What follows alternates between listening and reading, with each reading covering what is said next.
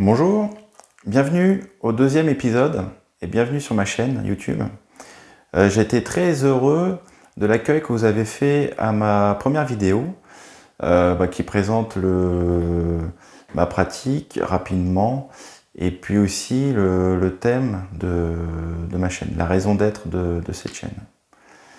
Donc aujourd'hui, il m'a paru évident en fait de commencer par parler de l'énergie.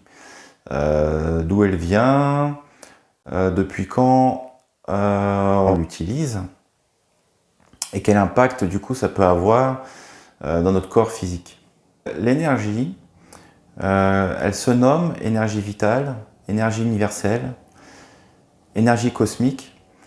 C'est une énergie qu'on retrouve partout dans l'univers et également sur Terre. Cette énergie, donc, elle permet de maintenir le souffle de vie. Et on la retrouve dans les différents éléments sur Terre.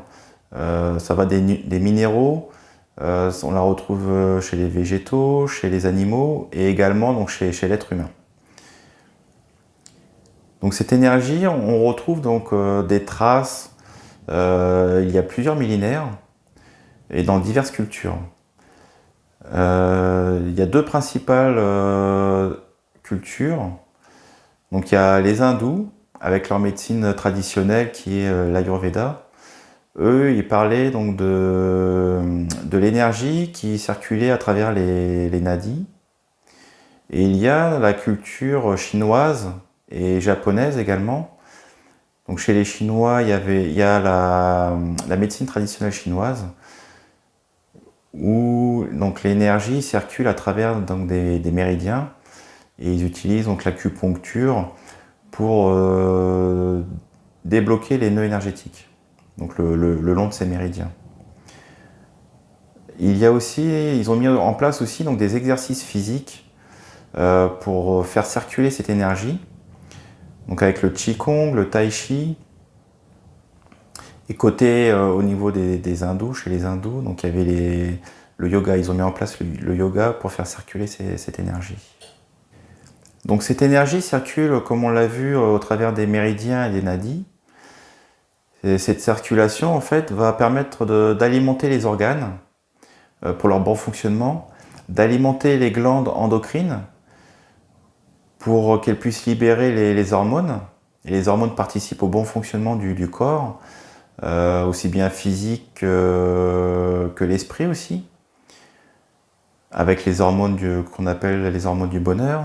Entre autres. Au niveau des nadis, il y en a 3 principaux. Au total, donc on parle de 72 000 réseaux de nadis. Mais en tout cas, il y en a 3 principaux qui se situent au niveau de la colonne vertébrale. Donc qui part vraiment du coccyx jusqu'en haut des cervicales. Et en fait, les deux canaux vont tourner autour du canot principal jusqu'en haut de la tête. Et le canot principal, donc c'est Sushumna, et ça représente en fait l'éveil de l'esprit et l'éveil spirituel. Donc quand les deux canaux donc, tournent autour, et à chaque croisement en fait, on retrouve ce qu'on appelle des centres énergétiques, et on les appelle aussi donc les chakras. Il y en a 7 principaux, donc on les retrouve le long de la colonne. Donc le premier chakra qui est à la base et le 7e qui se trouve au sommet du crâne. Et donc ces chakras-là, ils ont tous des particularités en lien avec des aptitudes. Donc dans les chakras secondaires, il y a aussi un chakra de l'énergie féminine, donc qui se situe ici, côté gauche. Donc il s'ouvre en cône en fait, hein, tous les chakras c'est des cônes. Donc énergie féminine, donc le yin, ici, et l'énergie masculine, le yang, ici. Les 7 chakras principaux, donc ils s'ouvrent, par exemple si on prend le 3e œil, il y a un cône qui part devant, et il y a également un cône qui part derrière. Il n'y a que le 7e chakra, où le cône part vers le haut, et le premier chakra, donc qui est au niveau du coccyx, ou le plancher pelvien, qui part que vers le bas. Sinon, le deuxième, troisième, quatrième, cinquième, sixième, il y a un cône qui part devant et un cône qui part derrière. Donc maintenant qu'on a posé les grandes lignes de l'énergie, je vais vous parler maintenant de comment on la reçoit et comment on peut l'entretenir. Donc à la naissance, en fait, on hérite une partie de cette énergie vitale. C'est l'énergie des ancêtres qui est transmise, de nos parents. Et cette énergie-là, elle est logée au niveau des reins. C'est un stock d'énergie qu'on a. Et celui-là, on ne peut pas le renouveler. En fait, on va le consommer tout au long de notre vie. Et en fonction de notre vie, on va le consommer plus ou moins vite. Ensuite, il y a l'énergie qu'on peut respirer. Donc, par exemple, c'est ce qu'on appelle le prana. Il y a des personnes comme les moines bouddhistes, ou Bouddha tout simplement, qui a médité très très longtemps au pied d'un arbre sans se nourrir.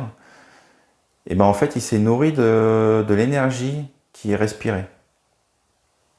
Il y a des personnes aujourd'hui qui développent cette capacité-là et ils arrivent à se nourrir que de ça. Ils ne mangent plus de nourriture matérielle. Donc cette énergie-là, en fait, elle passe par les poumons. Et donc du coup, il faut faire attention à la qualité de l'air qu'on respire. Si on est situé dans un lieu assez pollué, du coup, ça va dégrader la qualité de l'énergie. Donc c'est important du coup de bien choisir son lieu de vie pour respirer une air de qualité. Ensuite, on peut faire des apports d'énergie par la nourriture. Donc la nourriture, il y a tout ce qui est nutriments, vitamines, les glucides, les protéines. Donc ça, c'est de l'énergie que j'appellerais physique, donc qui est nécessaire pour alimenter les muscles, pour alimenter le cerveau. Et dans cette nourriture-là, il y a aussi de l'énergie vitale. Cette énergie vitale, elle va être plus importante sur les légumes, sur les fruits, et notamment tout ce qui est de saison. Donc l'idéal, c'est de consommer des fruits de saison, des légumes de saison, de les cueillir et de les consommer tout de suite. Donc de ne pas les cuire, de les manger crus. C'est là où l'énergie vitale est le plus élevé. Si jamais on est obligé parce qu'il y a certains légumes qui nécessitent de la cuisson, donc là l'idéal c'est de faire de la basse température et le moins longtemps possible. Pour garder, donc non seulement ça garde les vitamines, mais ça garde également un minimum d'énergie vitale. Donc dans l'alimentation, ce qui est néfaste pour l'énergie, c'est toute la nourriture industrielle et tous les éléments raffinés, comme le sucre, la farine, tout ça, ça baisse le taux vibratoire. L'alcool, le thé, le café, c'est pareil, ça baisse le taux vibratoire de l'énergie. Tout ce qui est plat préparé industriel, avec tous les additifs qu'ils vont mettre, si c'est aussi des aliments qui ont été faits avec beaucoup de pesticides, beaucoup d'engrais chimiques, donc ça dégrade également l'énergie vitale. Donc cette énergie, elle est absorbée par le tube digestif. Et ensuite, donc, il y a une autre façon de recevoir de l'énergie, c'est l'environnement dans lequel on vit. Pareil, le mieux, c'est de vivre dans un environnement naturel, près des arbres, près des animaux, pour qu'on baigne dans l'énergie de la forêt, dans l'énergie de chacun, en fait, de chaque être vivant, pour qu'il y ait des échanges énergétiques. Et en même temps, on nourrit notre corps par la vue, par l'écoute, par les odeurs. Le fait de voir de la nature, c'est apaisant. D'entendre les chants des oiseaux, le bruit des feuillages au travers du vent. Tout ça vient nourrir, vient apaiser et permet vraiment d'accueillir cette énergie vitale. Donc à contrario, si on vit dans la ville, où c'est bitumé, si on vit dans un HLM, on est déconnecté du sol, du coup on n'est pas du tout enraciné, on capte mal ou pas du tout l'énergie de la Terre, l'énergie tellurique. Il y a le bruit aussi de la circulation, il y a la pollution, donc tout ça fait que on va absorber beaucoup moins d'énergie, voire même pas du tout. Donc dans l'entretien de l'énergie, il est aussi important d'avoir une activité physique. Donc ça peut être vraiment des choses assez basiques, hein, de la marche tout simplement. Tout à l'heure j'ai évoqué le tai chi, le qigong, le yoga. Mais déjà le fait de mettre son corps en mouvement, ça permet de détendre les muscles. Et du coup, ça apaise le mental. Et ça permet aussi de refaire circuler l'énergie. Et ça permet de libérer des hormones. Et tout ça, ça permet d'avoir un équilibre en fait. Un équilibre physique, un équilibre mental. Et un équilibre aussi énergétique. Donc il y a aussi une autre façon de nourrir cette énergie. C'est les émotions et les pensées. Donc je préconise pas en fait de vouloir maîtriser ses émotions et maîtriser ses pensées. Pour moi, toutes les pensées sont intéressantes et toutes les émotions sont intéressantes et utiles et vitales. Par exemple, il y a les émotions positives, comme la joie, où là, ça va venir nous nourrir profondément. Mais il y a les émotions donc, de tristesse, de colère, d'anxiété. Donc ça, c'est des émotions qu'on dit plutôt négatives, mais je dirais qu'elles ne sont pas forcément négatives. Tout dépend de leur durée. En fait, les émotions, c'est ce qui va nous mettre en mouvement. C'est des alertes, des informations, et c'est important de les avoir pour en tenir compte. Pour savoir si on est triste. Si on est triste, il faut savoir pourquoi on est triste. Et si c'est lié à un deuil, c'est un processus normal. Faut l'accueillir, faut l'accepter. Si on est en colère, c'est pareil. Quelque part, c'est une opportunité pour savoir qu'est-ce qui nous met en colère. Est-ce que c'est parce que j'ai pas mis mes limites?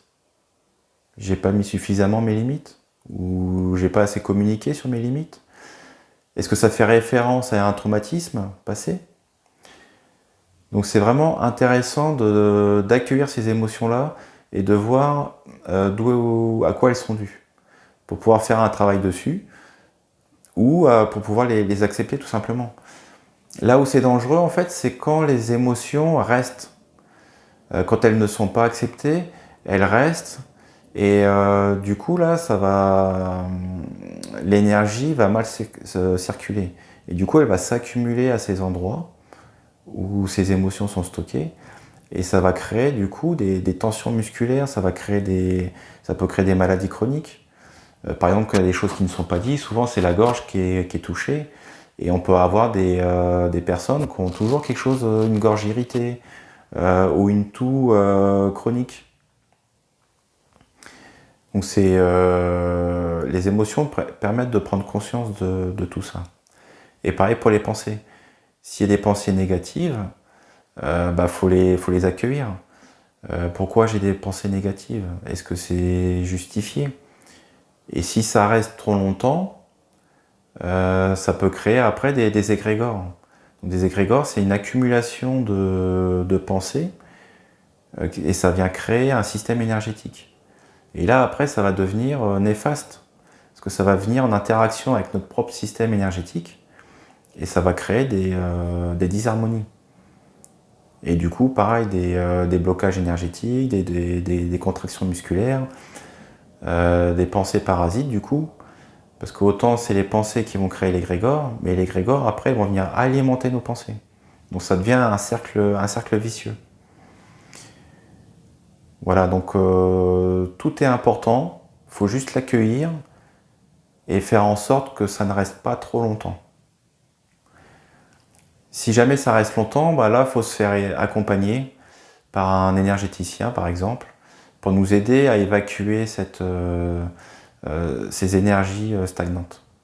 Alors, dernier point que je voulais aborder, toute cette circulation d'énergie, cette énergie en fait va rayonner. C'est ce qu'on appelle un rayonnement de champ bioénergétique. Et ce rayonnement, en fait, ça va créer ce qu'on appelle des corps subtils. Et ça peut aller très très loin dans l'espace. Alors pas dans l'espace au niveau des étoiles, mais dans l'espace à proximité. Ça peut aller jusqu'à plusieurs centaines de mètres. Ce qui fait que quand il y a une personne qui s'approche de nous, bien souvent quand elle est trop proche, ça nous dérange parce qu'il y a vraiment trop d'échanges d'énergie et on se sent plus très bien. On est un peu dans la confusion parce qu'on aimerait bien rester soi-même et du coup il y a un peu une intrusion, c'est ce qu'on appelle une intrusion dans notre intimité. Donc c'est important de garder une distance minimale pour respecter l'environnement de chacun. Donc ce rayonnement de cette énergie crée un champ qu'on appelle l'aura. Vous avez sûrement dû entendre parler de ce terme. Donc je rentrerai plus en détail donc de l'aura, parce que pareil c'est un sujet qui demande une vidéo à lui tout seul. Voilà, donc j'arrive à la fin de cette vidéo. Merci de l'avoir vue et écoutée jusqu'au bout. Si vous avez aimé, je vous encourage à mettre un pouce, parce que du coup ça va encourager ma démarche. Je vous encourage aussi à vous abonner pour être au courant de toutes les vidéos que je vais diffuser. Et puis je vous souhaite de bien vous porter et je vous dis à la prochaine vidéo. À ciao, bye bye.